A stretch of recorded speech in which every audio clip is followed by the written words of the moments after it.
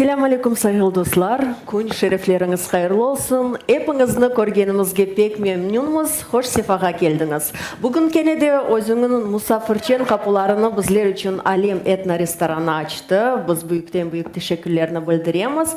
Ve bugün bizlerle beraberlikte acayip istidatlı insan, halkımızın gururu, Kırım'dan kazangan ressam Ramazan Ağa Hüseyinov. Selamun aleyküm Ramazan Ağa, nasılsınız? Ve bugün bilmem suratlarınız, keyfiniz nasıl? Sağ olun. Sayılı dostlar, işte subyetimizni, tedbirimizni başlar ekenmiz. Bir levhani sizning diqqatingizga taqdim etmege isteymiz. Sonra ise evet subyetimizni başlarımız.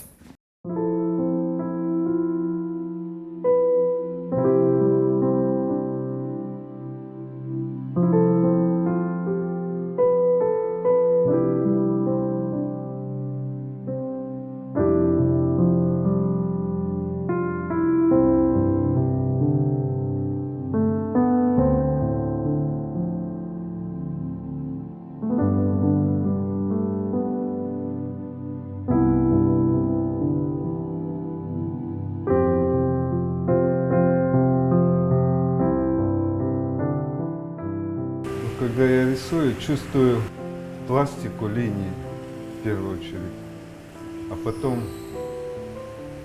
какое-то состояние, которое меня удовлетворит. Это уже как бы чуть позже. А вначале это как бы движение линий, пространство, композиция, находка всяких предметов. Ну, в процессе она как бы находится каким-то интересным ракурсе, и ну, вот как-то вот так вот процесс идет.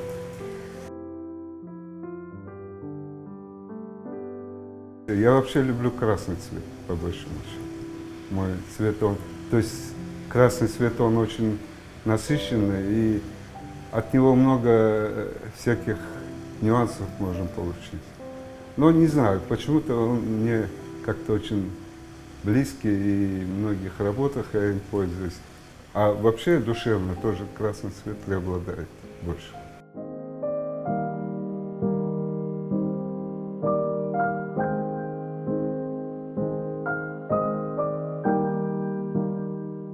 Я не люблю в картине литературный рассказ. То есть не хочу, чтобы в картине существовал тот образ, который я досконально хочу преподнести перед зрителем. Я оставляю какие-то моменты для зрителя, для дальнейшего его обсуждения этой картины. Что дальше, что там будет в этой картине. И мне очень важно понять, правильно же я это нарисовал, или же он думает о другом. Может, он видит другое. Но это тоже очень интересно, потому что моя философия, значит, где-то его задело, как он его представляет.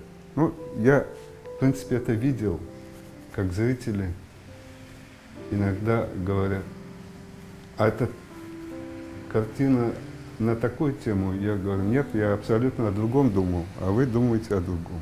Ну, значит, я что-то для вас новое открыл.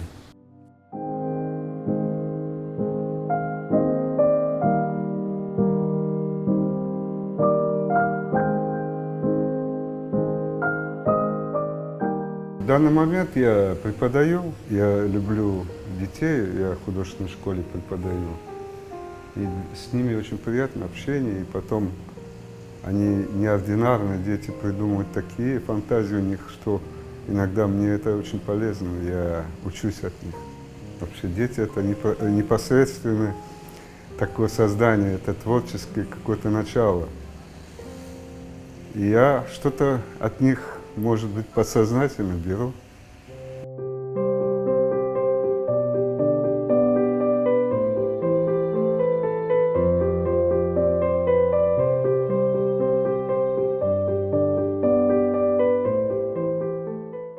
У меня обычная, простая крестьянская семья. Отец мой, вообще-то, он занимался виноградом и стал известным виноделом в Самарканде. И, естественно, я вырос среди садов, виноградников, среди овощей, среди всего этого крестьянского быта и среди родственников абсолютно не было людей, которые бы занимались творчеством, там, поэзия, театр, ну и остальное все. И я не могу понять, где-то было у кого-то в генах, и это никуда не уходит, видимо, мне досталось все это.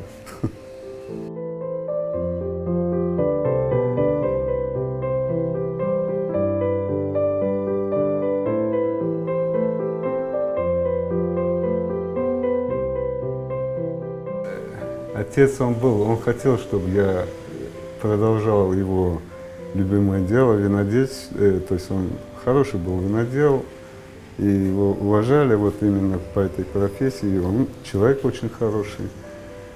И всегда мечтал, чтобы я продолжил эту профессию. Но все-таки, когда я стал уговаривать отца о том, что я буду художником, он не понимал, что за профессия это такое. Он всегда говорил, а зачем это нужно? Я говорю, я не знаю, кому это нужно, но я этого хочу. То есть я без этого не могу. Но до последнего он не хотел, чтобы я был художником. Честно, вот я признаюсь. И единственное, мой любимый педагог Антонина Васильевна Лаврина, она пришла ко мне домой и уговорила отца отпустить в Ташкент, потому что мне было 17 лет, 16-17 лет. Я должен поступить в Ташкентское художественное училище, я никуда не выезжал, я просто вот в Самарканде и все, никакие другие города, ну тогда было сложно. И в общем, отец дал свободу, я уехал. И вот таким образом, ну, мать, она очень хотела, чтобы я был художником.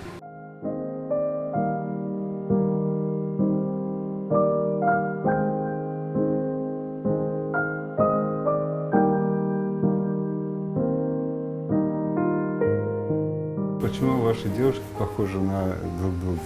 Ну, это может быть и одна из фишек. Естественно, вы, когда видите на выставке, это узнаете девушку и узнаете меня, автора.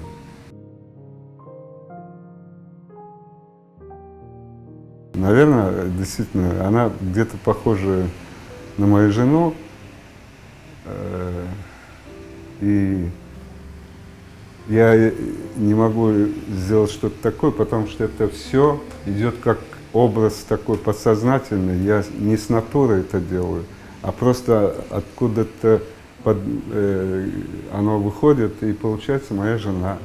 И как бы там 5-6 девушек, они все похожи друг на друга. И всегда говорят, а почему у тебя девушки, они улыбаются, они что, близнецы или что? Ну, пусть будет так.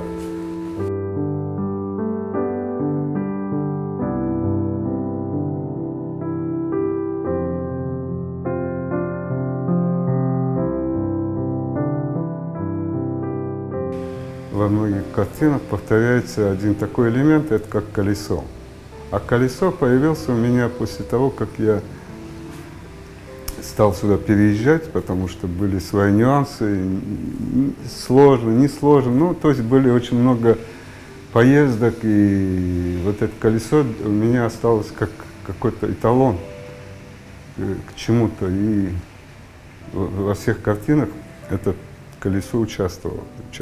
То есть это тоже один из фишек, который узнаваемый автор. В общем.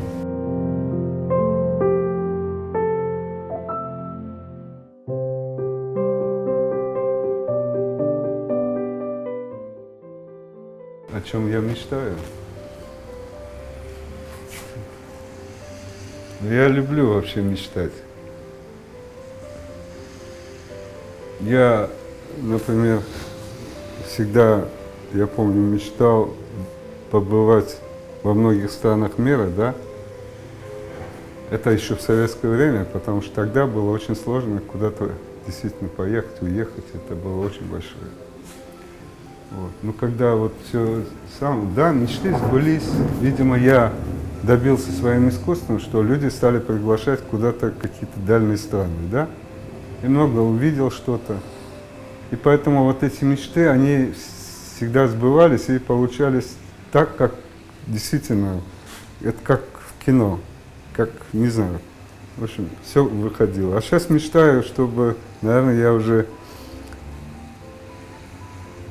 в таком возрасте, что у меня внуки, они очень такие, ну, красивые, ну, которые что-то много чего-то хотят. Я хочу, чтобы у них было все хорошо.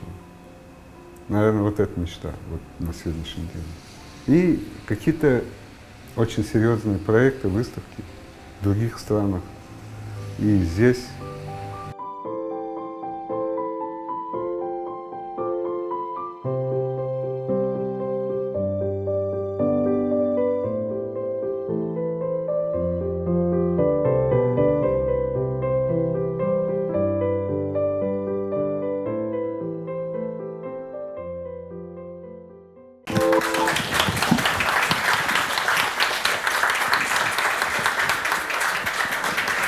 Иште сайгыл достар, бойлы ажайып инсан бүгін бізім арамызда. Мен есе шуны кайд этмек истередим ки, бүгін жанлы шекилде бізім тедбирimizni QTV каналында, Facebook ve Instagram sayfelerde bizlerni seyretken vatandaşlarımızны да seyircilerimizni de selamlaymiz ve bizlerden olganını isteredik. Men ese hatırlatam, bugün subet devamında istegen insan elbet öz sualını ve tileklerini seslendire bile. Рамазан ага, да, bir kere tekrar селям алейкум, хош келдиңиз. Мы всегда с гордостью отмечаем как крымско-татарский художник. А для вас, как для художника, важно, чтобы вас представляли именно так. И чем отличается крымско-татарский художник от других художников? Ну, вообще-то, все художники, они равны. Как бы там ни было, татарин, русский, там, узбек, они все художники. Но тем, чем отличается, тем, что каждый из этих художников любит свой быт, свой народ. И этим самым они как бы выделяются. Ну, скажем, есть современный вид искусства, где больше участвуют там не столько обычно бытовые моменты, а просто идет как бы формальные вещи. Поэтому у нас среди крымских татарских художников очень интересные есть ребята, которые могут создавать действительно и современное искусство, тем не менее они связывают его с национальными какими-то традициями. И поэтому я думаю, что в этом есть какое-то отличие. Ну вот вы говорили, что вы были во многих странах, много где были. Вы там представляетесь как крымско-татарский художник. Для вас это важно? Ну, это, во-первых, смотрите, в других странах, ну, вот я просто свидетель, но в некоторых странах, к сожалению, конечно, наш народ не такой большой, и не все знают, что есть даже такие люди, крымско-татары. Вот я был в Абу-Даби или там в Дубае, у меня была персональная выставка, ну, там солидные люди на открытии присутствовали. И в это время были вопросы: а кто вы, где живете? Ну, для них как бы это все странно казалось. Ну, то есть я объяснял, я гордостью говорил, что вот такой у нас вот красивый народ. Вот. И вот то, что мы рекламируем где-то в других странах, что мы вот такие, это хорошо. Конечно. Вы в сюжете говорили, что все женщины в ваших работах похожи на вашу супругу. Ваша супруга сегодня среди нас, счастливая женщина. Скажите, а вот и присутствуют и другие образы, вот фантастические животные, мужчины, дети. Как формируются и рождаются ваши образы? Ну, дело в том, что образ это собирательный, да? Ну, я что-то хочу сказать, например, в своих деталях в картине. И они одним каким-то... То есть я не хочу вот так вот в детали уходить академические, там еще какие-то моменты, а просто создать глубину вот этого момента. И, естественно, я полностью расслабляюсь и рисую, например, животных, может быть, действительно фантастические. Но это имеется в виду смысл самой работы.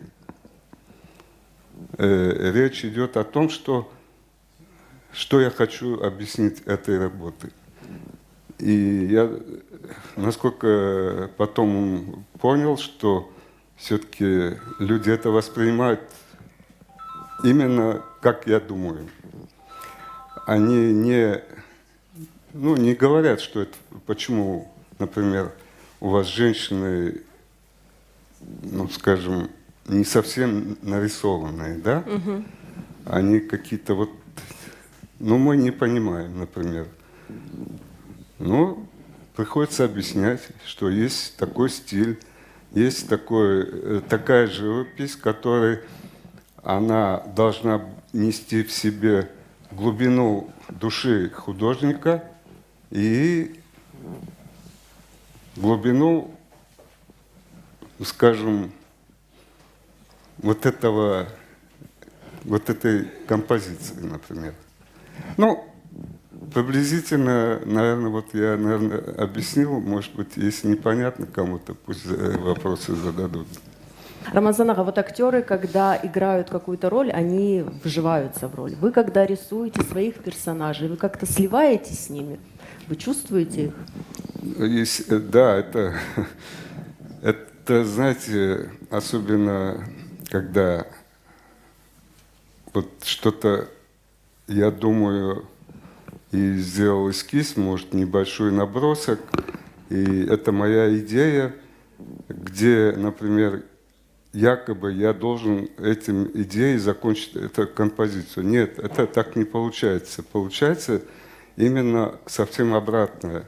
При процессе работы происходит очень много всяких, ну, неожиданных мыслей, которые они начинают вот прям ложаться на холст сами по себе.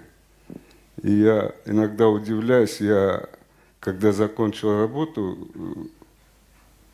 то есть думал об одном, а завершился абсолютно другим, каким-то неожиданным для меня, вот, скажем, вот самое. И поэтому, и когда я работаю, ну, это для меня, это, как вам объяснить, то есть если я пришел утром, то есть для меня день проходит буквально за полчаса. Ну, то есть я не замечаю, как день прошел. Я весь в этом процессе. Вот вы про мысли сказали. Конечно, у художника работы идут вслед за мыслью художника. И всегда мысли меняются. Это зависит и от жизни, да, от периодов каких-то. Сегодня о чем ваши мысли, Рамазан ага? С возрастом, наверное, происходят какие-то моменты, что живопись, она, вот я очень сожалею, не хватает времени.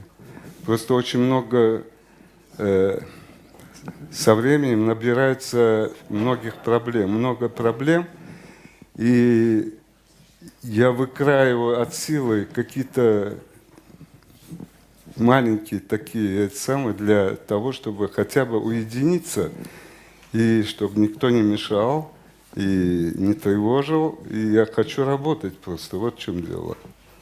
Ну, если я в молодости писал, ну, как бешеными такими скоростями, ну, сейчас этого нет. Сайыл достар, мен есе хатырлатам, сізде субъект девамында қошыла білесіңіз. Мен еминім ки сіз бұйық ұстаға өсуелеріңізні бермеге истередіңіз. Егер істесеңіз, әбет ишарет ете білесіңіз мана, мен есе сізге сөз берерім әбет. Мен есе хатырлатам, бүгін біздерде жанлы шекелде QTV каналында сейіржілеріміз сейретелер, ондан да ғайры ичтимаи ағыларда Facebook ve Instagram sayфелерде де жанлы яйында сейір етелер. Рамазан ага, вы уже в начале нашей беседы начали говорить о молодых наших, уже современных художников. Какие мысли одолевают вас, когда вы смотрите на их работы? Ну, молодые у нас сейчас много, которые учатся в данный момент даже и в Москве, в Петербурге, в других городах, высших учебных заведениях. Ну, скажем, среднего поколения есть у нас очень талантливые ребята, которые я бы даже отметил, таких, которые дают большие надежды для того, что я всегда казался, ну вот группа художников приехали с Узбекистана в 90-х годах, они активно подключились, и какая-то пошла деятельность такая очень активная. И я думаю, что мы даже здесь в Крыму создали ну, такую мощную такую ассоциацию крымско-татарскую, которая она очень влияла на искусство Крыма. Не только Крыма, и сейчас это было при Украине, и теперь в России. И поэтому молодые художники, которые вот идут как бы за нами немножко, скажем, среднего поколения, я бы отметил вот очень, мне действительно очень нравится такой художник из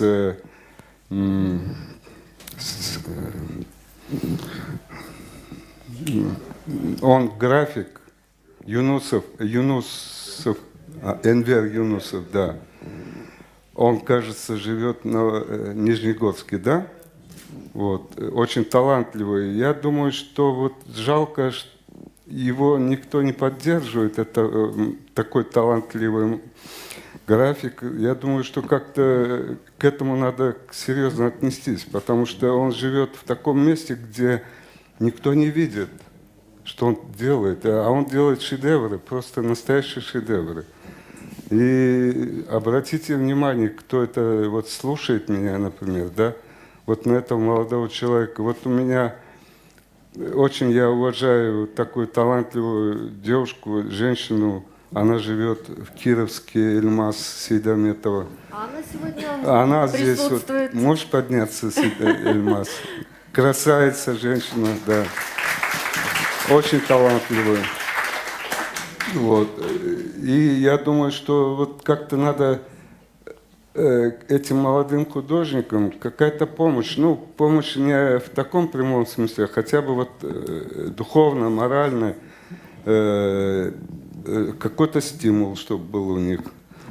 И вот это очень для них не хватает. И поэтому я думаю, что кто смотрит, пусть это имеет в виду. И потом я бы очень добавить хотел молодые у нас прикладники. Ну, они просто фонтан. Такой, конечно, они делают очень уникальные вещи на сегодняшний день. Вот благодаря Мамуту Чурлу, который он руководит этой группой.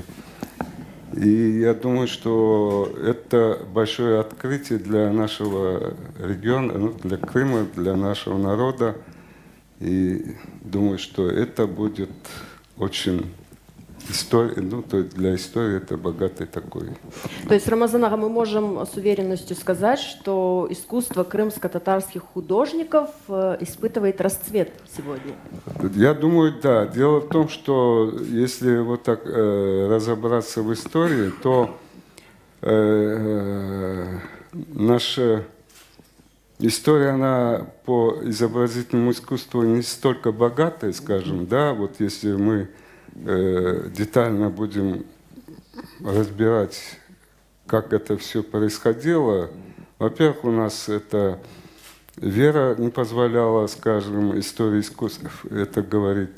И были моменты, где много, конечно, запретов были, я имею в виду в изобразительном искусстве, в живописи, особенно в графике. И вот эти 3 этапа, которые прошли наши художники, это вот Российская империя, потом советское время, и вот современное, вот сейчас, скажем, 21 век, который, я думаю, что это один из самых активных лет, который, ну, то есть я не имею в виду, что я там нахожусь, или вот, но это на самом деле так и есть. Я имею в виду, здесь поднялся живопись, графика, скульптура, которого, скажем, и скульптуры, и графики просто, в принципе, и не было в свое время. Ее не было просто. И вот благодаря многим талантливым нашим художникам, вот наш рассвет, ну это вы видите, чувствуете, да? Конечно. Крамян Татарс всегда отмечает наших талантливых художников. Мы снимаем очень много людей, художников, людей искусства. И сегодня среди нас присутствуют эти люди, уважаемые люди. Рамазан ага, но именно вот талантливые художники, уже состоявшиеся, в том числе и вы, говорите часто о Национальной школе искусств. Что нам нужно для того, чтобы создать эту школу, и какой она должна быть? Национальная? Вот смотрите, национальная, вот сейчас, если вот сегодняшняя школа прикладное декоративное искусство, она, да, она нашла свою такую, ну, стиль, так он называется, стиль, который она узнаваемая, и здесь можно спокойно сказать, что это крымская, татарская национальная культура декоративно-прикладного искусства. Что касается живописи, графики или там скульптуры, пока это все еще идет в развитии, особенно как я живописец, мы же, художники, живописцы, всегда учились о каких-то других известных, например, школ, западноевропейских, потом российская школа, и потом миниатюра восточная. Все это как бы по каплю мы набирали какие-то элементы. И в конце концов мы на сегодняшний день пока не можем сказать, что есть живопись, именно школа крымско-татарского искусства, да. Но должно пройти время. Вот надежда на таких молодых, талантливых, которые в будущем что-то будет очень активно развивать на эту тему. То есть тогда мы можем сказать, да, есть Крымская школа живописи. Вот это так. Рамазан ага, вот актеры говорят, да, я сыграл свою роль жизни. Там певец говорит, я спел свою песню. Вы как художник нарисовали свою картину? Вот, и какая она? Вот знаете, всегда художник думает, вот я когда-нибудь исполню свою мечту, сделать то, которое я всегда мечтал всю свою жизнь. И вот действительно возраст уже не молодой, и поэтому иногда смотришь на вчерашний день и думаешь, а что это вообще было на самом деле? Ну, то есть как бы идет один этап, второй этап, третий этап, а все это как бы не удовлетворяет художника полностью. Почему? Потому что ты еще не дошел до того момента, который ты бы сказал, да, я вот наконец сделал то, которое я хотел. И поэтому я думаю, что на сегодняшний день я затрудняюсь сказать вообще, доволен я или нет. наверное, скорее всего, еще пока в недоволен. процессе. Да. А можете отметить самые значимые для вас работы? Вот я много раз об этой работе говорил, она небольшая, маленькая работа. Это называется «Мой дед». Я его не видел, но был его брат, он очень похож на него, он очень красивый был такой, с розовыми щечками, очень большой, гигантский по размеру человек. Вот. И я нарисовал это, как я представлял его, и потом все-таки мой хороший друг, коллекционер Айдер Халилов уговорил его коллекцию пополнить. И, в общем, я с трудом отдал эту работу. Это была моя любимая работа, «Мой дед» называется. Это вот, ну, она небольшая. А можно ли повторить точно так же? Для художника это сложно? Ну, дело в том, что повторять это можно визуально, можно повторять, но то состояние, которое было 10 лет там назад, оно не вернется. Это разные вещи. Это будет похоже, но состояние разное. Вот А есть повтор. картины, работы, с которыми вам, ну, вы не расстанетесь? То есть она для вас очень дорога? Ну, смотрите, вот не расстаться, это я не говорю, что вот я его взял и никому не отдам. Это не так. Я с удовольствием его отдаю в музей художественный, потому что музей это действительно для художника это как дом, где, ну, если вы зайдете в художественный музей, вы чувствуете дух художников. Это много картин. Каждый художник оставлял свою душу в своих картинах, и это чувствуется, когда вы находитесь в музее. И поэтому в этой компании находиться это приятно. Но я понимаю, коллекционеры, да, висит в квартире моя картина. Ну, хочется в музее. Это вот я так представляю. Поэтому у меня мечта очень мои хорошие работы подарить музей художественный. Sayın dostlar, belki de sualleriniz vardır. Suallerini бере білесіңіз. У меня такой вопрос есть. Вот в сюжете вы рассказывали, что у вас было много всяких мечтаний, и многие из них сбылись. Я думаю, что вы счастливый человек от того, что ваши мечты сбылись. Я хотела узнать, вот исполнение этих мечт, оно явилось для вас вдохновением для новых работ? И в какие работы вылились ваши мечты?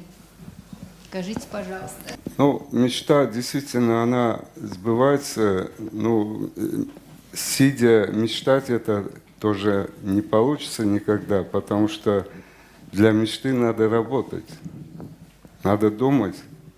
И вот тогда мечта осуществится обязательно. И действительно, вот мы, некоторые художники, безумно работали над этим. И когда мы приехали сюда, в Симферополь, с Узбекистана, мы день и ночь строили дома, и как на корточках, как в Чайхане сидели, писали свои картины, которые они на сегодняшний день в музеях. Это, то есть, одна из мечт. То есть, вот я имею в виду, как осуществляется мечта. То есть надо работать. И, естественно, не просто работать, а как-то, я думаю, что талантливый художник, он не может без работы. Он будет всегда искать работу, потому что это его душа, это его жизнь, и он без этого не может. И он обязательно будет это идти туда, ну, то есть будет приглашен на весь мир. Это так, да. И вот он, когда ездит и выставляется, видит другие народы, его картины, он гордится этим. И я думаю, что наш народ тоже этим гордится. Хочется написать очень серьезную картину, но должен быть стимул. Стимул какой? Например, пусть это будет заказ какой-то, например, для музея. Я с удовольствием напишу. Понимаете? Потому что если я напишу огромную... Я писал в Кипре, там полгода я жил на Кипре, и написал 4:3 картину, формат такой. И я бы с удовольствием такой же формат здесь написал, но она будет стоять у меня в мастерской. Ну, поэтому если заказ какой-то, да, пожалуйста, я всегда напишу. Рамазан аға, мына заказы деп айтасыңыз, вот про заказы, но продолжите тогда фразу «Я никогда не нарисую что?» Есть у вас какие-то такие принципиальные вещи, которые вы, не нарисуете? Ну да, это батальные вещи. Во-первых, я не смогу, и я этого немного не понимаю. Мне хочется писать то, что я встречал, что увидел и что ощутил руками и подышал. Ну, то есть я должен присутствовать. Если это выдумано, то есть кто-то рассказал, но есть художники, они могут на сегодняшний день написать «Войну 1812 года». Ну, пожалуйста, пусть пишут, это их дело. Вот. Но я же другой художник, я должен руками потрогать, увидеть, что это такое. Вот. То есть это более искренне. Сайгыл достар, кене суалер олса, buyurunuz. Менде 2 суал бар. Бірінші, Рамазан ағаның рефиқасына, өмір арқадашына бөлі суал. Истидатлы адамнен берабер яшамаға қиын мы? Яда жоқ. Ага. Екінші суал Рамазан ағамызға. Эфендім, сізге баққанда мен біраз қасабет етем. Сіз ойлы арықсыз. Сағылығыңыз үшін қасабет етем, чөнки сіз керчектен де халқымыздың бір қиметсіңіз, дегерлі бір инсансыңыз. Сіз сағылығыңызны қабилештірмек үшін біршілер япасыз мы? Ага, кто говорит? Я не пойму, кто говорит это. Вот, Лейля ханым, hocamız. Шынымен аңлатарым. Bağışlayacağısınız, bir suvalınız. Когда 17 лет мне было... Ama toxtаңыз, Рамазан аға, башта өмір arkadaşınızға sözünü берейік. Şunu hoca yanına айтacak. Yok, incigil. Yo, mına birinci. Aha. Başta adınızı айтыңыз, lütfen. Adınız? Ава ханым, buyurunuz. Білмеймін, еңгіл ме, қолай ма, но бұйыл қысмет олса 50 яшына бір яша. Maşallah, alғышлар, сайғылы достар. Еп түрлісі олды, ең яқшы олды, еп түрлі вақытлер олды. Ну, шүкір чөк Аллая. Маша, бет бір портретте сізні ресім япа екен, бет. Сағылыз. Ве Рамазан аға, беспокоится о вашем здоровье. Ну вот я нюанс расскажу. Мне 74 года будет в этом году. 17 лет, когда, как и всем, повестка пришла на, медкомиссию в военкомат. Мне было 17 лет, мне было тогда 58 килограмм. И вот с тех пор у меня 58-59. 58-59. И до сих пор вот так. То есть я никогда не был и таким, и вот, какой есть, так. Единственное, белые волосы.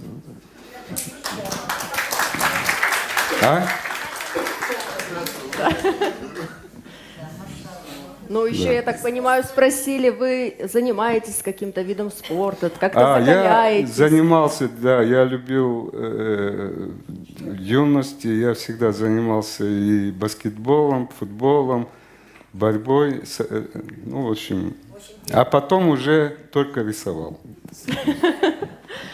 Да, суалер олса, Рамазан Ага, я хотела спросить, как долго вы шли к своему стилю? Это результат кропотливой работы, долгих поисков? Или, может быть, это какое-то озарение внезапное?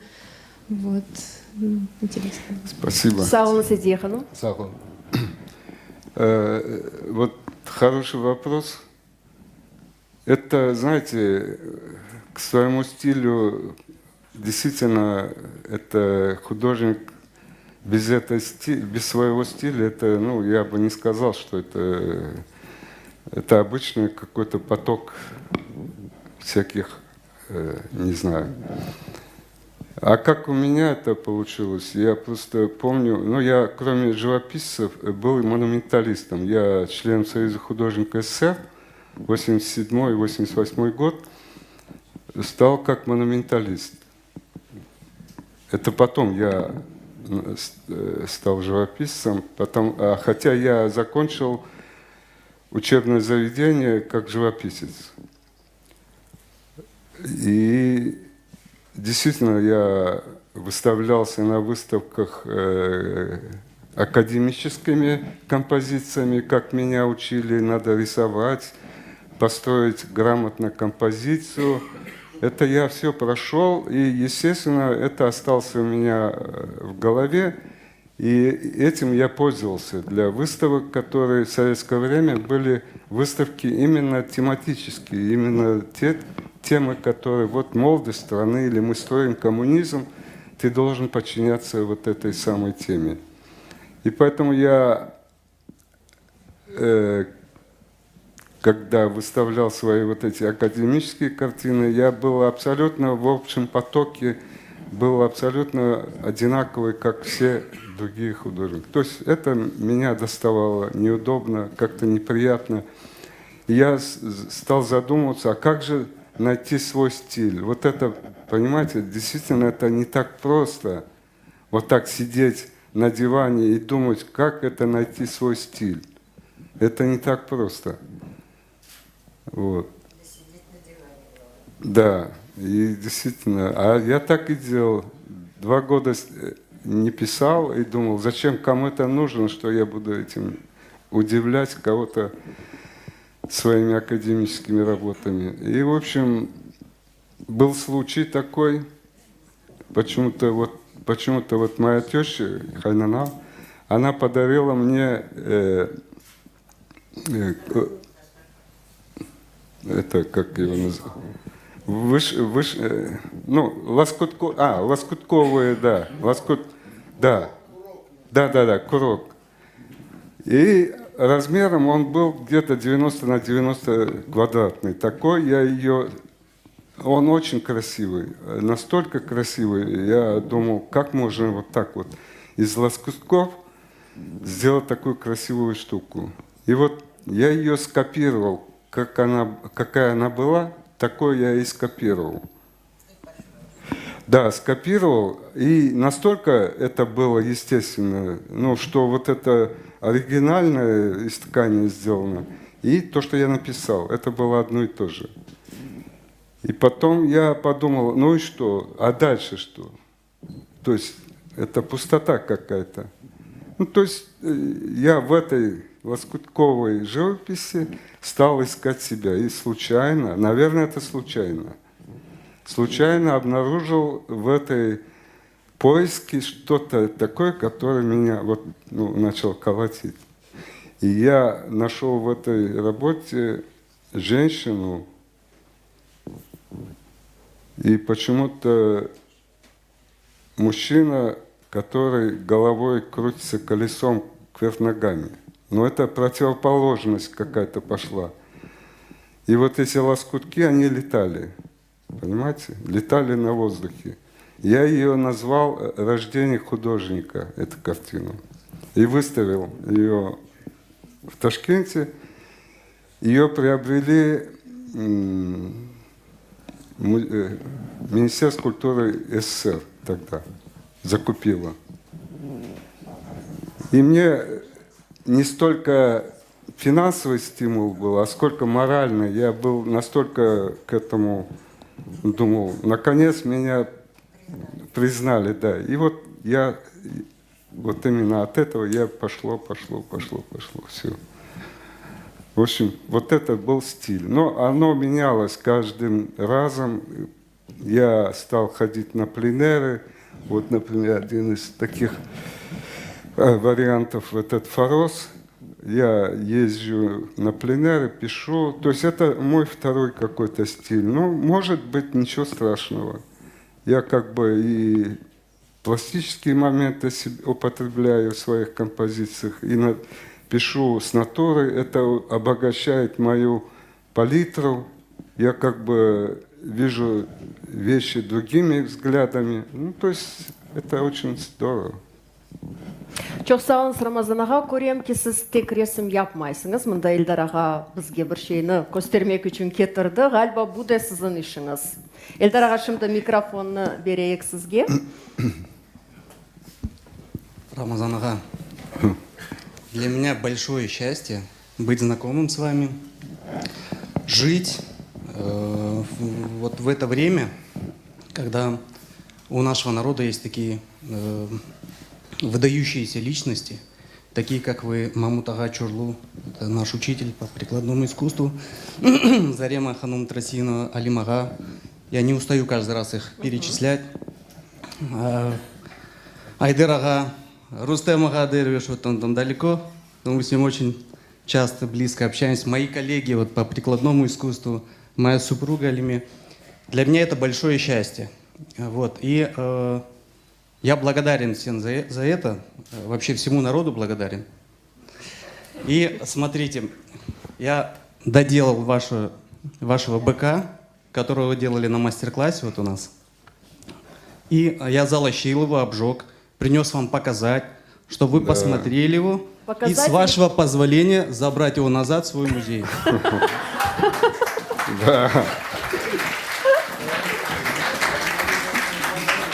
Но в обмен я сделал вам вот такое блюдо.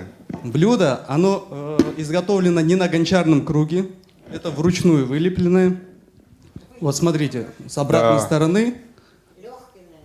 Ну, это уникальная вещь. Уникальная вещь, да. Смотрите, когда Алиме услышала, что это для вас, она говорит, рисовать буду я. Вот. И она решила нарисовать вот такую орнаментальную композицию. Это тута шурнер.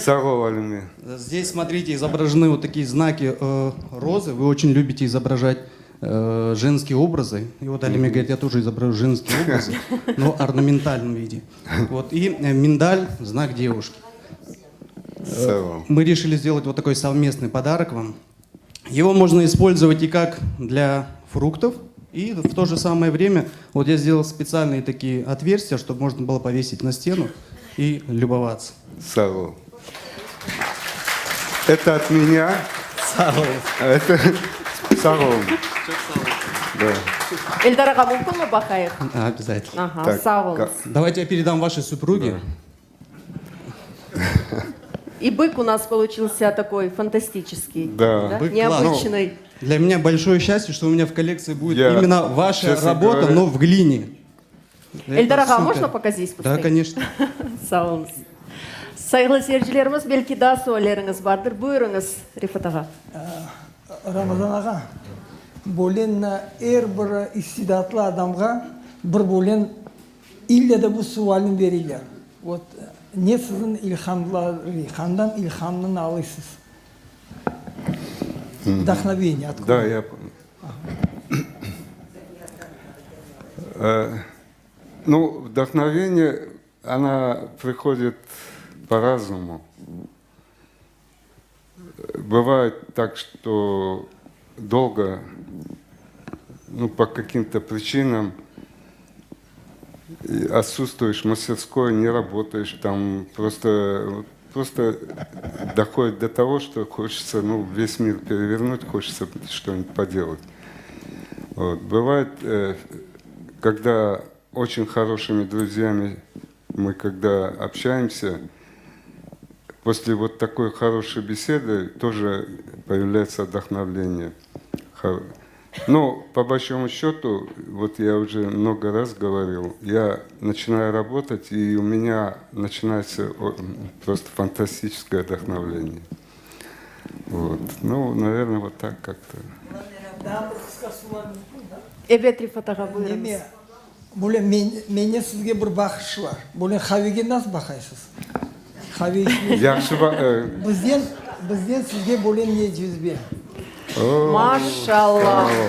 Бұл Рамазанаға бұл eski ustaların О, Sağ olunuz. менде коллекцияда мына Рустем жүзбесі бар.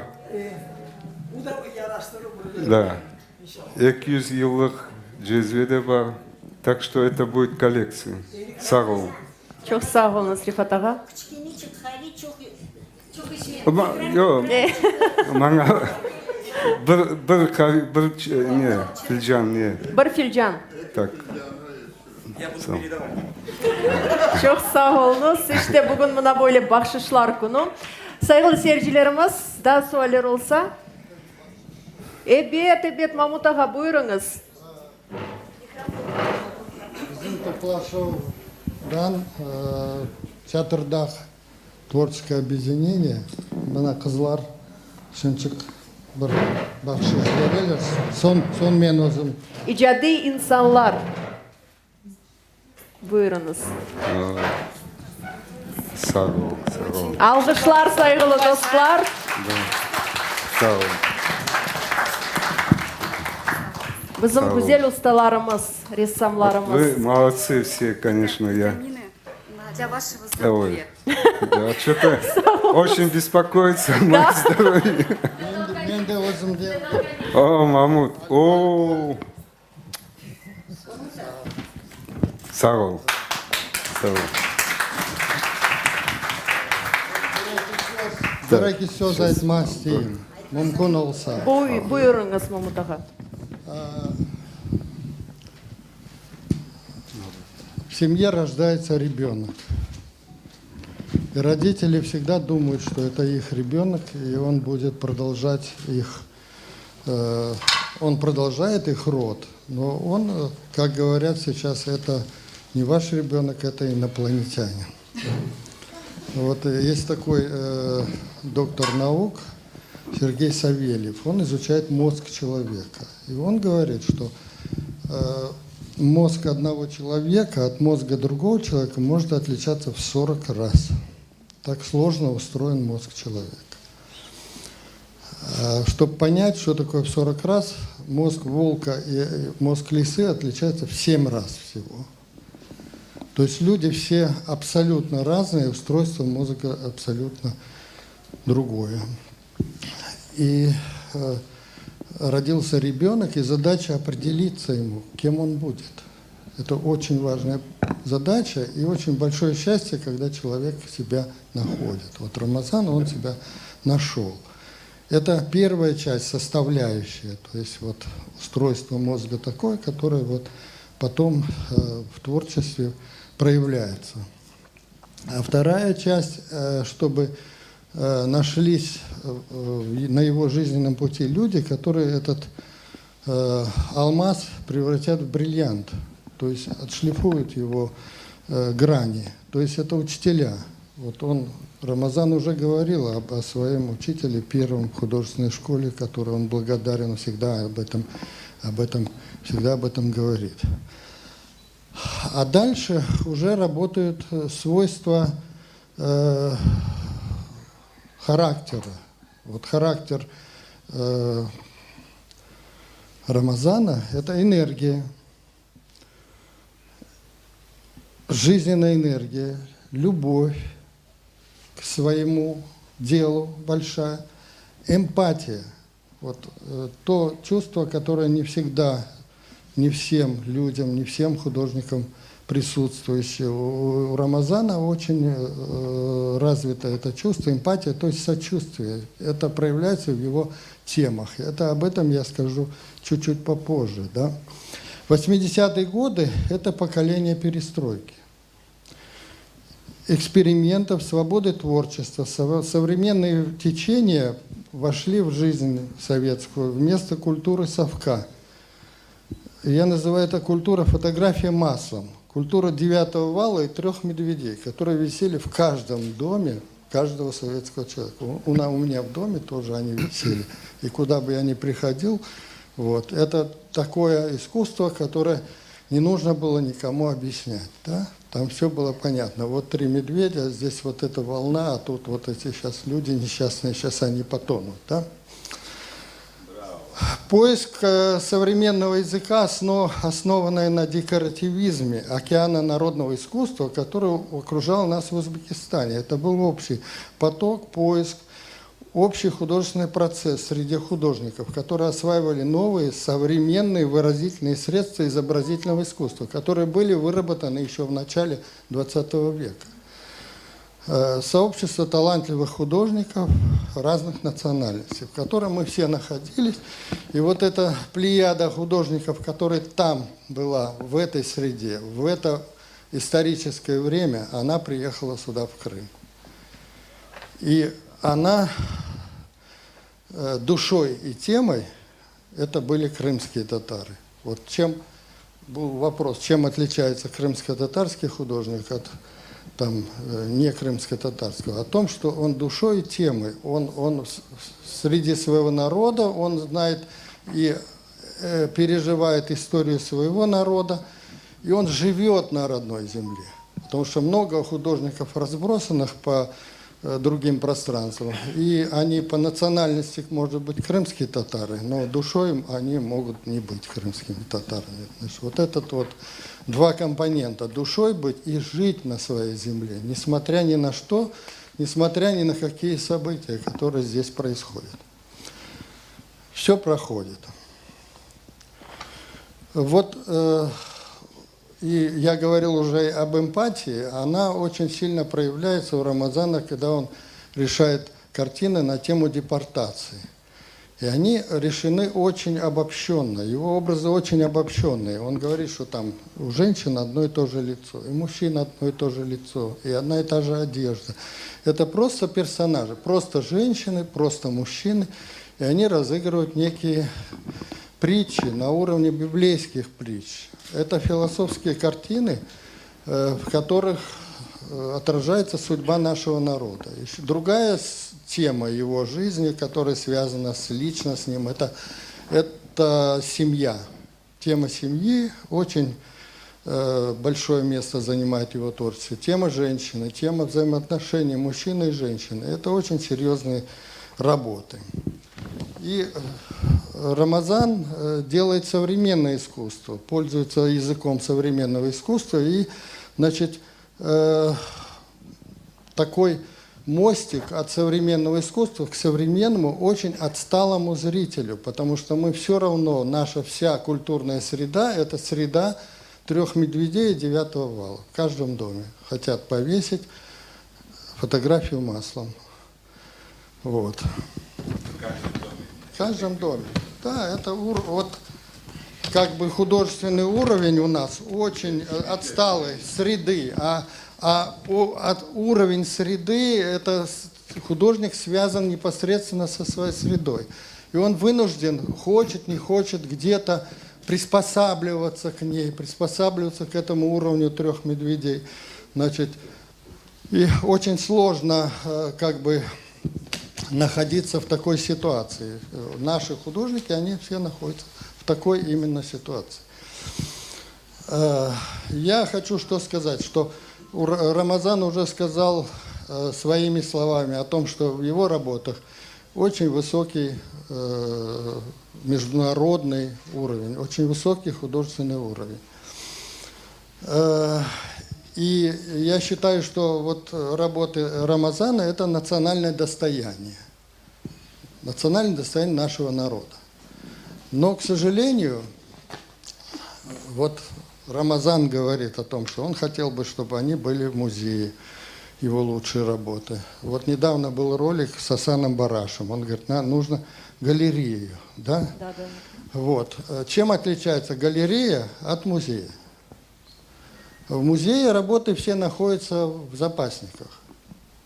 И периодически они могут выставляться и могут не выставляться.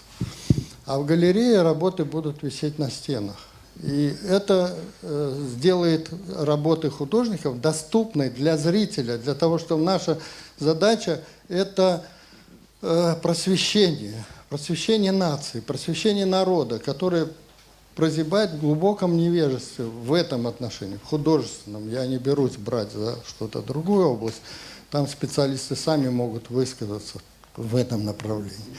Вот галереи. У нас есть уже коллекция, у нас есть замечательный коллекционер Айдер Халилов, который первый и единственный, по-моему, коллекционирует живопись крымско-татарских художников. Вот такой пример для всех как бы крымских татар среднего, как это называется, среднего достатка, да, хотя бы среднего, высшего достатка, которые могли бы уже вкладывать в это свои средства. Потому что то, что сегодня стоит такая работа, она стоит в 10, в 100 раз меньше, чем это она будет стоить через 20-30 лет, когда мы умрем. Когда наше поколение уйдет, вот будут люди охотиться за работами художников этого поколения, этой плеяды. Поэтому совершенно необходима галерея, куда должны иметь доступ все люди, прийти, и которым им должны объяснить, о чем эта работа, какими средствами это достигается создание художественного образа. Все. Саул Рамазан, за что ты есть такой, что ты упорный, талантливый,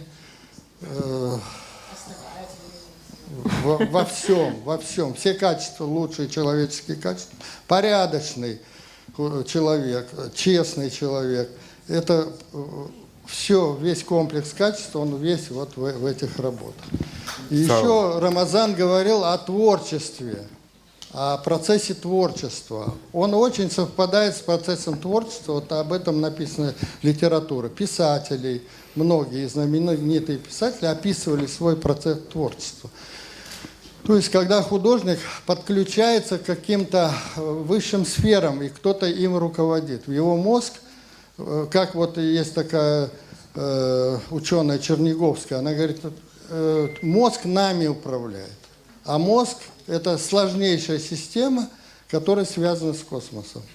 И художник, когда занимается творчеством, он подключается к космосу и оттуда управляется. Поэтому с ним полностью согласен, когда ты берешь какой-то замысел первоначальный и думаешь, что вот это вот будет твоя картина, а когда в процессе работы она начинает двигаться, кто-то начинает тобой управлять, давать тебе новые идеи, новые мысли, и в конечном результате рождается совершенно другое произведение, которое ты не ожидал.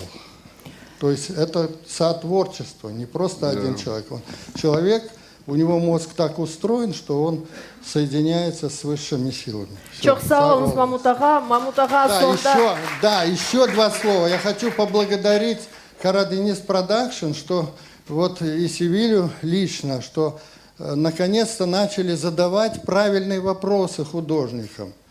Понимаете? А то всегда это было на уровне, ой, как хорошо, он там кисточкой водит, и все. Понимаете? Правильный вопрос, чтобы объяснить людям, что это такое. Вот. И это большое значение имеет для просвещения, потому что здесь будет большая аудитория в этих средствах массовой информации. Сау болыңыз. Siz de çok sağ olunuz Mahmut Ağa. Sizin kıymetiniz gerçekten de pek mühimdir. Основательного выступления Мамута мне хочется чувственные слова сказать этому молодому человеку.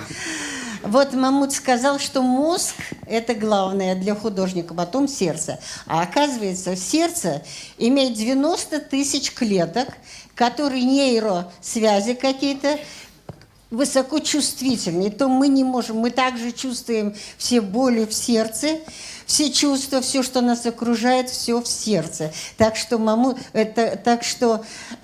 Рамазан, у тебя крылья вырастают из твоего сердца. Я сейчас опоздала, можно сказать, с поезда, поэтому простите за такое. Немного не слышала, но передо мной мелькнули все твои работы, которые буквально на крыльях меня подняли вот до ощущения того, что ты чувствуешь, когда ты работаешь.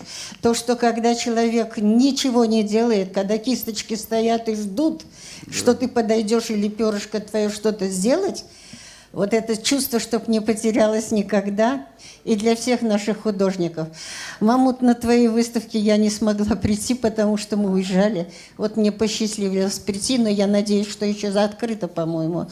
Бог даст, увижу. В общем, у нас хорошая семья художников, хорошая семья. Вот тут посмотрю, все родные лица, все молодые ребята сидят в добрый час, потому что мы делаем нашу нацию. Такой, чтобы ее видели, знали, принимали, какая она чувственная, богатая душой, любящая, дарящая мир, тепло всему, что нас окружает. Вот это в твоих работах, это в твоих начинаниях, в твоих детях, которых пустились на путь. Все мои дорогие, любимые люди, художники, которые здесь сидят, литераторы, все моя семья. Я счастлива, что у нас такой хороший круг. А тебе огромные крылья, чтобы они никогда не останавливались, писали. Спасибо вам всем. Çok sağ olunuz Zarema Hanım, çok sağ olunuz. Emin Bey sualınız, buyurunuz Sabit. Рамазан ага, я благодарю вас за такую прекрасную возможность с вами увидеться, пообщаться. Благодарю организаторов за такой прекрасный вечер. И хочу спросить вас, вот из последнего, что было сказано Мамут ага Чурлу, Зарема Ханом, то есть было сказано о некой миссии, да? Я так понимаю. Можете ли вы сказать, что вы включены полностью в этот процесс и принимаете ее для себя как миссию для народа, во благо народа, в развитии искусства? И вы же сказали, что относительно живописи еще не сформировался, и это пока путь национальной живописи. И могли бы вы сказать, что вот вы это воспринимаете для себя как миссию? И еще, вы бывали в разных странах, вас любят и ценят там, ну, наверное, не больше, чем мы вас ценим. И могли бы вы представить себе, как в истории многих художников именитых, которые впоследствии эмигрировали, например, из своей страны, где они были рождены, где они научились, и потом оставались там на чужбине и как-то творили. Можете ли вы представить себе, что вы уедете из Крыма и продолжите также на таком же уровне продолжать заниматься тем, чем вы занимаетесь? Саволмус. Ну, конечно, вопросы такие очень, с одной стороны, сложные, и с другой стороны, это необходимо на эту тему говорить. Что касается миссии, это, знаете, это потом так получается. А в принципе, с самого начала все идет, наверное, от желания, от души, с души, которой ты родился, и ты мечтаешь обязательно. Кто-то хочет космонавтом быть, кто-то хочет подводником быть и так далее, да, образно. Но мечта быть художником, это, наверное, скорее всего, не рукотворное. Это все-таки откуда-то идет сверху. Это как хорошему музыканту или хорошему такому певцу, это идет оттуда сверху. И поэтому я говорю, то, что было сделано, и оно вошло уже как миссия, да, оно, значит, я был где-то в своей самой позиции, выбор мой, который иначе не могло по-другому быть, потому что я себя другим человеком не представляю. Вот началась бы новая жизнь, например, да, к примеру, то же самое бы повторилось бы. Могли бы какие-то изменения быть, но в принципе никогда я бы не был бы врачом, никогда не был бы там еще кем-то другим. Но вот это моя профессия, это сумасшедшая профессия, которую я очень люблю. И это, оно превратилось как бы уже подсознательно, значит, я сделал что-то хорошее. Если это было бы бездарно, это, значит, никому не нужно. Просто валялась бы в мастерской, ну и все, на этом все бы закончилось. И на сегодняшний день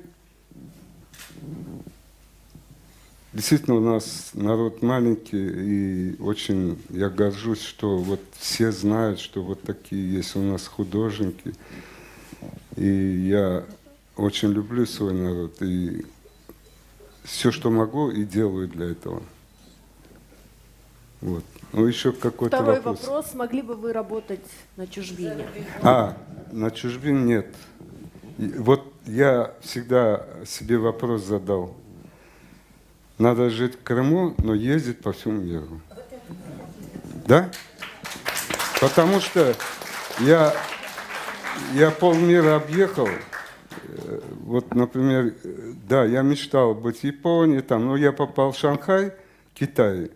Это просто, ну, сказочно. Ну, то, что я мечтал, да, это удалось. Я увидел все, что я хотел о восточной культуре узнать, именно китайской. И когда я видел музеи и, как это называют, китайские росписи. Иероглифы. Да, иногда память. И когда видел сады китайские, вот эти утонченные, и действительно я всегда думал, а как здесь можно взять, поставить этюдник и писать пейзаж? Невозможно. Вот они правильно подходили к тому, как они, среда их подсказывала, что им надо делать. То есть они делали миниатюры, как его, да. Вот. И меня вдохновила очень сильно эта страна. Действительно, это уникальная страна, особенно огромный город вот этот. И потом, и когда долго находишься где-то, ты всегда мечтаешь опять вернуться. Потому что, я не знаю, Крым – это уникальное место. Я всегда считаю, лучше Крыма нигде нет. Алғышқа лайық сөзлер. Әлбетте ки бүгін Айдар аға хақында пек çok сөз үрсетілді. Біздің белгілі коллекционеріміз. Gerçekten de sanatның қиметini білген Айдар аға Халилов. Buyurunuz Айдар аға. Микрофонды алыңыз мүмкін олса, ярамай іште. Салам алейкум, сайғылы достар. Хочу рассказать такой эпизод, ну, такой для меня он очень трогательный, буду волноваться, не обессудьте меня. Это связано с Рамазан аға, рахметлі мен бабаммен. Бір қачыл евелісі Рамазан ағаның сергесі олған еді Ялтада. Бабам айтам, баба деймін, Рамазан ағаның сергесі олajak Ялтада. Кетесің, үйбет кетем деді, отырды, мене кетті. Бардық Ялтадаға, көрдік сергіні. Рамазан ағаның яқын таныш oldu бабам. Сон yolda қайтамыз, сон бабам айтам, баба бегендің бұл серген деймін. Епет оғылым бегендім деді. Он беген кіші оларым деді. Ады güzel, өзі güzel, есерлері ондан да güzel деді. Сон маға бір шейін тарихлады бабам. Бабам мені 10 yaşında olған вақытында 69 senesi Ялдаға Союз художников салонға алып кірген еді ресім көрмеге. Оны хатırlayды бабам. Скаран идеаланам бағышлаңыз. Сон бабам айта, сен келдің де бір кішкене ресімнің алдына тұра екен. Мен де өзім ақылымда. Бабам айта, көздеріңді патлақлатып, анау ресімнің алдына тұрасың дей. Бір şey аңламаймам, анау ресімін істедім алмағандан. Бабам көреп, балам алмаға сейім. Пармағымды алетті, мен сразу аңладым.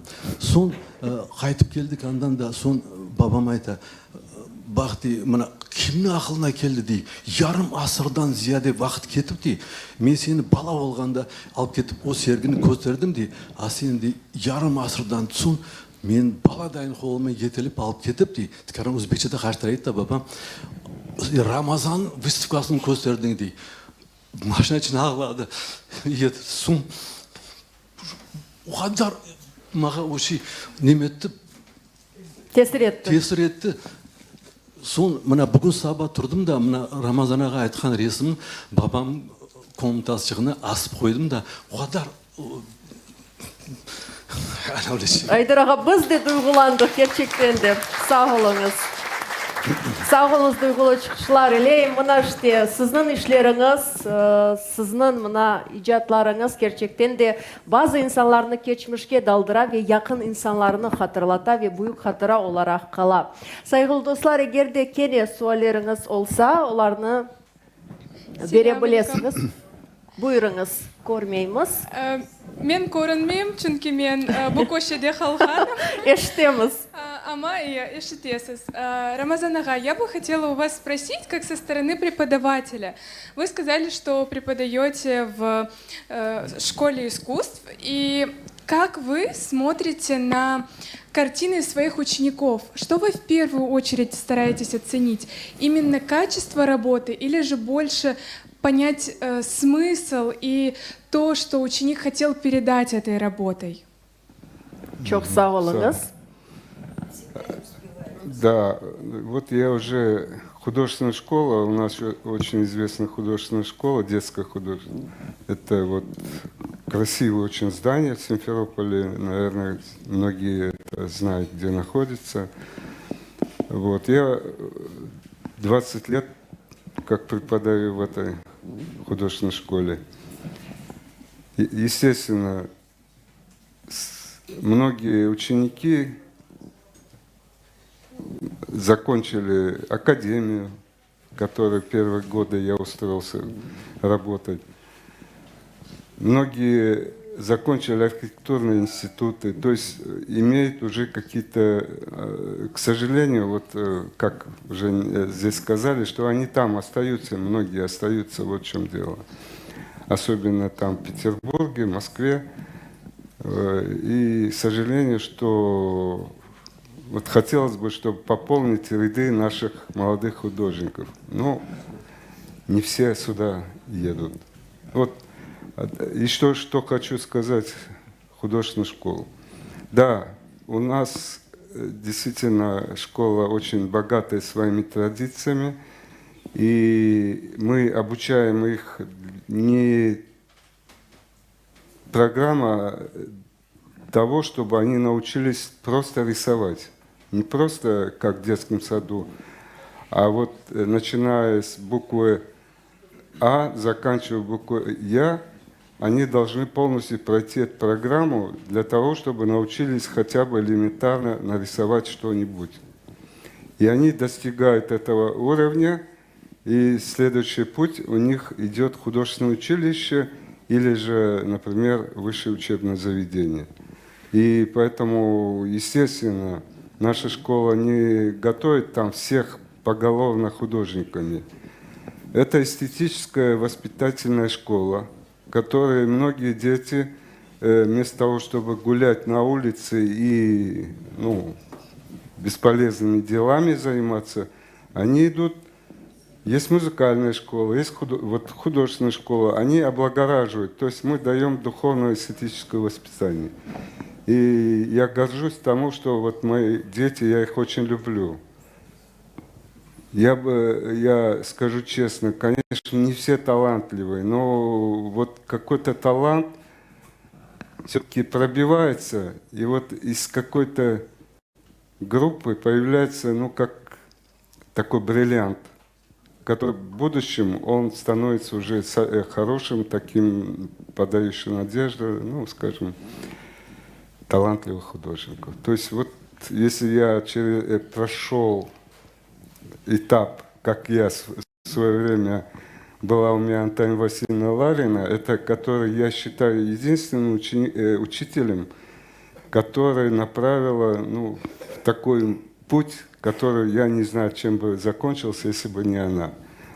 То же самое и здесь, понимаете? Всегда запоминается первый учитель.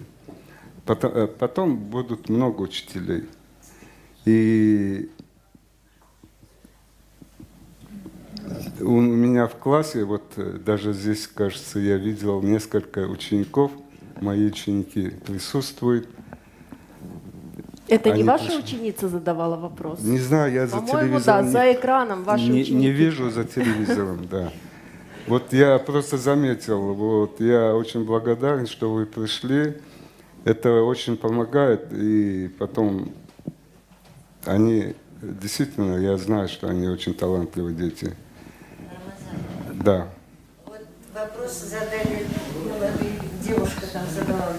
Вот отдали бы ту непосредственность, которая у вас в живописи, необычное вот это проявление свободы ученикам в наших школах. Такого не было. Но такого дело не в том, было. что я вот сейчас... у Мамута своя линия. Он целую плеяду вырастил. Там да. разные вещи. Это уже Да. профессиональная организация, можно так говорить. Потому что сейчас я уже понял.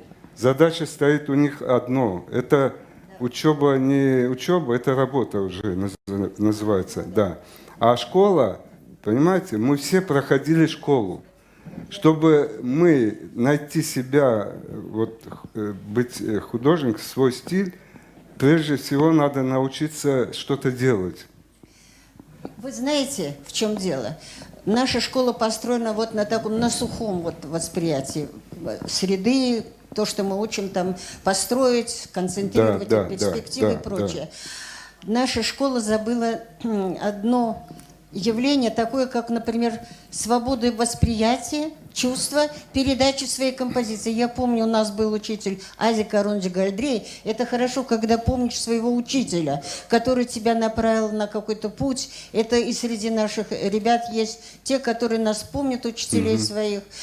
Но вот то, вот как Пикассо говорил, вот ты сказал, что как ребенок не научить студентов, как ребенок рисовать, а он всю жизнь учился так, он в детстве уже знал, как написать на самом высоком уровне классическом, да, в 9 лет, в 10 лет уже, а всю жизнь учился там в свободе, как ребенок рисует. Вот это чувство в детях нельзя заглушать. Нельзя заглушать. Надо вот восприятие такое вот, должно быть от души свободное.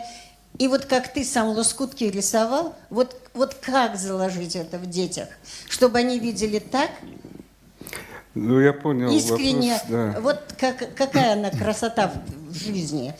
Не такая выстроенная, допустим, да, а вот, допустим, вот как они делают в своих прикладных вещах. Или ты как в своей живописи. Ты же совершенно никаких перспектив, там ничего вот делаешь. Там. Это же полет в сердечный, душевный. Ну, это есть детское. А вот тут они, твои ученики, смогли это воспринять от тебя? Вот я спросила о чем. По-моему, так. Да? Ну, смотрите, педагог это психология, например, должен иметь очень глубокую психологию, то есть, чтобы он мог передать ученику любовь к искусству. Вот не только там сухое знание, там провести ровную линию или круг ровно сделать, а вот это любовь. А любовь, чем она отличается от этих самых программ?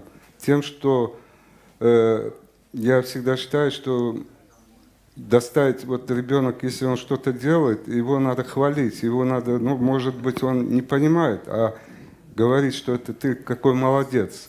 Да, ты какой молодец. А потом он, да. И вот это очень большой имеет эффект для ребенка. И он потом верит в себя, начинает верить в себя, и дальше продолжает какие-то действия свои.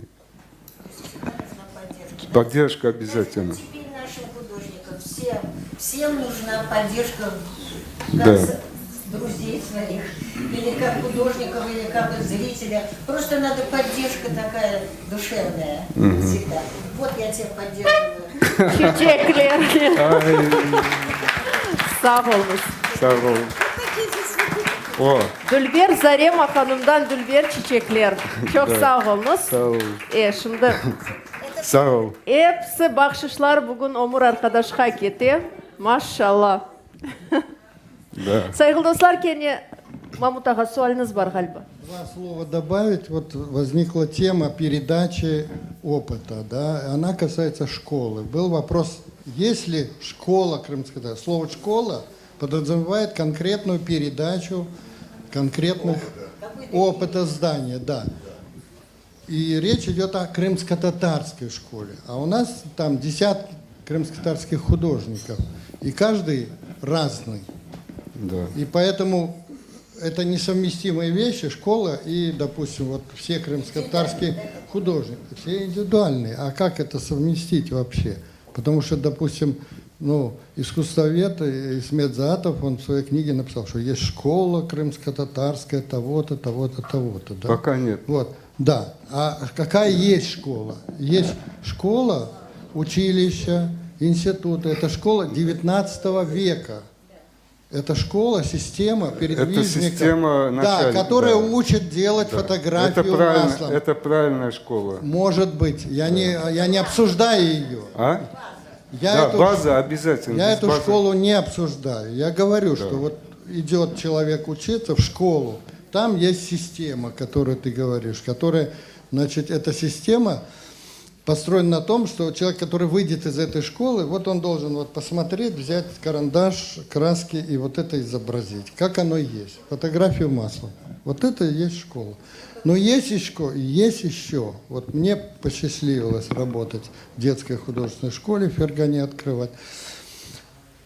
Школа Неменского, был такой Неменский, который обобщил международный опыт работы в детских школах, которая построена на освоении образных средств изобразительного искусства. Образное. Не ставить вот эти вот сухие задачи, там, в первую очередь, рисунок. Да? Рисунок у нас, как говорили в училище, рисовать из зайца можно научить. То есть это техническая дисциплина. Рисунок – это техническая дисциплина. К творчеству, имеющая очень отдаленное отношение. Вот. И развитие образного мышления у ребенка – это самое главное. Но, к сожалению, этой системы я нигде не вижу. А я работал с детьми, я могу подтвердить слова Рамазанова, я учился у детей, они гениальные. Они гениальны, потому что они не нагружены никаким опытом. Они просто конструируют, они изобретают цвет, форму, то, почему вот Пикассо там стремился как ребенок, или этот самый, вот, память старый художник Врубель, который говорил, надо закончить академию, потом все забыть, вернуться к своему детству и, значит, вот уже как ребенок работать. Он именно это имел в виду, потому что ребенок, он да. И когда я в детской художественной школе работал, первое условие было, чтобы родители близко не подходили к детям, когда они работают. Потому что родители воспитаны на 3 медведях, и они будут от детей требовать, значит, вот эти вот 9 валы и 3 медведей, условно, понимаете? Чтобы они не слушали ничего родителей. Вот есть школа, студия, дети были гениальные. Совершенно гениально. Çok sağ olunuz Mahmut Ağa. İşte icadi insanlar toplandılar ve saatlerle icat hakkında laf edebilirler. Lakin vaktimiz pek sınırlı, az kaldı. Daha sualler kıskadan mümkün olsa. Сайгала Джамат, Севиля Ханум, очаровательная Севиля сказала, Талят сегодня не многословь. В своем первом выступлении уважаемая Маму Чурлу сказала о том, что наш народ начал задавать почти профессиональные вопросы. Я не хочу отличиться, но у меня нет вопросов. Есть, но я их не буду озвучить. У меня есть предложение. У меня есть простое предложение, чтобы не разочаровать Мамуту Чурлу, задать какой-нибудь глупый вопрос. Я хочу пригласить уважаемого Рамазана Усиинова в наш Харасу-базар. Цель очень проста. Значит, всем известно, что этот город, извините за метафору, выдал на гора такие величины. С кого начать? С Бекира Чабанзаде, с Медива Абдурышита, с Амди Гирайбая и так далее, и так далее. Так ведь, а в недавнем прошлом в нашем городе творил всем известный, ну, мой самый близкий друг, ушедший в мир иной, Рамис Нетовкин. Был такой случай в 90-е годы. У меня была такая честь пригласить, и у меня несколько дней жил и творил Маму Чурлу. Рамазан, хапаларым ачых, пенджерелерым да ачых. Я тебе достойный такой устрою прием. Приходи, твори. У нас по пальцам осталось несколько крыш с кераметом, я примитивно говорю, и еще иные интересные уголки. Может быть, что-то вспыхнет. Но оставь Ахарасу Базари что-то тоже в своих полотнах. Тешикурлер. Sağ olunuz Talat Ağa, çok sağ olunuz. Обязательно, Таля. И, конечно же, в завершении нашего мероприятия я не могу не спросить о ваших творческих планах, Рамазан Аға. Қысқа бір суал мүмкін olsa. Эбет Милярожа, buyurunuz. Біріншіден, çok sağ olыңыз, Олег güzel tedbirini teşkil etken için bütün teşkilatçılarga. Mında hem talebeler resim yapma sevgen talebeler otura, hem studentler, adliyeciler otura. Yani men de muhlis olarak, çünkü ressam değilim ama Kırım Tatar ressamlarının faaliyetini öyle gözetim. Beğengen ressamlarım var ve Ramazan Bey'ini men Kırım'a qaytkan son sergilerde resimlerini görüp tanış olgan edim ve onun uçuş полет resmi öyle Korantanen bağlı. Ve men ve sen, ты и я, öyle galiba. Eki resmi öyle tesuratlar kaldırdım. Umumen alganda onun resimleri her vaxt öyle bir müzbet duygular doğura. Bakasın, betinde bir öyle kıvanç duyguları peyda ola. Yani öyle bir pozitif emosiyalar. Ve uçuş resmi hakkında aytsam, gerçekten de anda koranta, baktlı koranta. Men öyle ağnayım resimge bakıp. Bu benim duygularım. Ama o tek korantada sebep değil de, koranta Kırım'ın kokunda uça menimce. Çünkü aşağıda Kırım Tatar evçikleri, galiba dağlar uzakta. Öyle mi Ramazan Bey? Şimdi imkanım olmadı bu resimde bakmağa. Полет картина ваша. Они же витают в облаках в Крыму? Да. Крымские домики. То есть человек может быть счастлив. Это счастливая семья в первую очередь. Половина Узбекистана, и половина А что-то мне показалось, что там керамет, эвчклера, не чундроли. Наверное, это я так хотела видеть. Ваше что видение, это да. в Крыму человек может быть себя чувствовать счастливым. И вот картина «Ты и я». Шындағнадық сіз анда қадын образы бұл сіздің апайыңыздың мына бақам, оша керчектен де. Вот «Ты и я» — это женщина, ваша супруга? Это собирательный образ. Да, собирательный образ. Да, я сейчас могу сказать. А вот собирательный образ — это восточной женщины, да, или крымско-татарской? Эта идея пришла еще в Узбекистане, в Самарканде. И когда я его начал, эту композицию искать, ну, и пришла такая идея, потому что мужчины в Средней Азии, они более ленивые. В основном все несет на своих плечах женщина. И поэтому он как бы душевно, как в клетке, сидит в душе у жены. То есть он полностью зависим от жены. Это вот такая идея. Çok sağ olunuz Как Милярожа. птица. Вера Мазанага, творческие Да. планы. Творческие планы. Ну, вот планы, например, то, что мы, конечно, здесь говорили о истории наших, которые приехали здесь с 90-го года, вот уже 30 с лишним лет. Вот здесь у нас прекрасные художники. Я хотел бы отметить вот Айдера, который по двору мы соседи. И строили дома тоже вместе, все начинали. Вот Ирфан, мой прекрасный друг, вместе учились.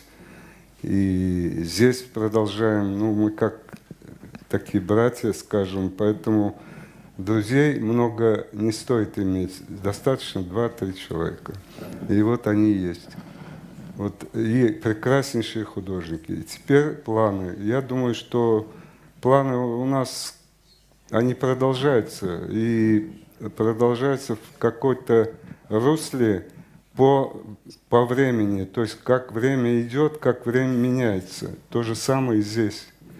И каждый момент, ну вот, например, я не могу запланировать, скажем, что за месяц я должен сделать. Нет, это так не получается. Вот я пришел, и тут же у меня возникает идея, хочу вот этот момент, который я увидел. Она меня в покое не оставит, пока я его не исполню. И поэтому мои планы, они вот такие, ну как облака. То есть они приходят, если я его исполнил, она в душе осталась. Если нет, значит это где-то еще ждет. Машалла. Алла Да. қолай кетірсін. Правильно. Ве сайғылы достар, тедбіріміздің Еще минутку. Бір дақа. сонында сөзіні бермек істередім. Бір дақа, я забыл. Я очень благодарен, что вот это мероприятие, которое сейчас происходит, да, и она настолько уникальна, потому что действительно мы должны друг друга знать и очень хорошо, близко узнавать. И как это называется, студия? Харадеңіз продакшн. Харадеңіз продакшн, и особенно Лилия Буджурова, которая, ну просто, ну я хочу маленькую работку здесь у меня была где-то в пакете, можно? Лилия ханым, buyurunuz. Это вот тема, смотрите. Опа. Тема называется «Странники». Почему? Потому что, вот, наверное, есть какой-то момент, что мы действительно с одного места на другое перекочевываем, ездим, и даже мы, вот, например, днем ходим с фонарями. Понимаете? Это образно, очень образно. А вот эта часть, это то, что осталось в Средней Азии. Это душа, часть души, которая она осталась там. И мы идем, опять-таки кто-то мне сказал, что неважно человек, какой он на себя, а важен сам смысл. Вот. Вот это вам. Все, я это оставлю своим потомкам. Такой я и пошла жасыңыз. Рамазан Лилия ханым, buyurunuz. Хаста болып, мен сізден шекаран ұзақша тұрacak керегім. Такому фантастическому художнику, фантастическому во всех смыслах этого слова, и в прямом, и в переносном, наверное, нужно было подарить в память об этой замечательной встрече, где мы все просто почувствовали не просто фантастику ваших чудесных рук, но и фантастику вашего сердца. Хотелось, наверное, нужно было что-то феерическое, я не знаю, какую-нибудь там фиджипани, там какую-нибудь плюмерию. Но мы классические розы вам преподносим. И, скорее всего, они голландские. Так как теперь они в Крыму, пусть они, вот розы, они, наверное, как вы, с вашим желанием. Они путешествуют по всему миру, но лучше всего им в Крыму. Вот за эта фраза дорогого стоит. Чок сагулу за то, что вы всегда в Крыму. Если не в физическом смысле слова, то вашим сердцем всегда в Крыму. Обязательно. Как все наши художники. Чок сагулу. Опеджем хастаулу попе. Çok sağ olun Lilya Hanım. Karadeniz Production stüdyasının müdür muavini Lilya Buджурова edi. Так. Рамазан аға, evet, детузре. Рамазан аға, çok sağ olun. Bugün gerçekten de men şahsen büyük zevk aldım ve eminim ki bizim misafirlerimiz de canlı şekilde bizlerini seyretken seyircilerimiz de büyük zevk algandırlar. Kelgeniz için çok sağ olun hürmetli misafirler. Sizge icadi ilham dileyimiz, kaleminiz hiç kalmasın. Çok sağ olun ve da çok yıllar devamında bizim halkımızı ve bütün dünyanın o icadınız ile kuvandırınız. Çok sağ olun. Sağ olun. Sayın dostlar, kelgeniz için çok sağ olunuz. Adet üzere, endi foto resimge de çıkabilemiz, sübetlerini de devam edebilemiz. Çok sağ olunuz. İşte sayın dostlar, görüşkence.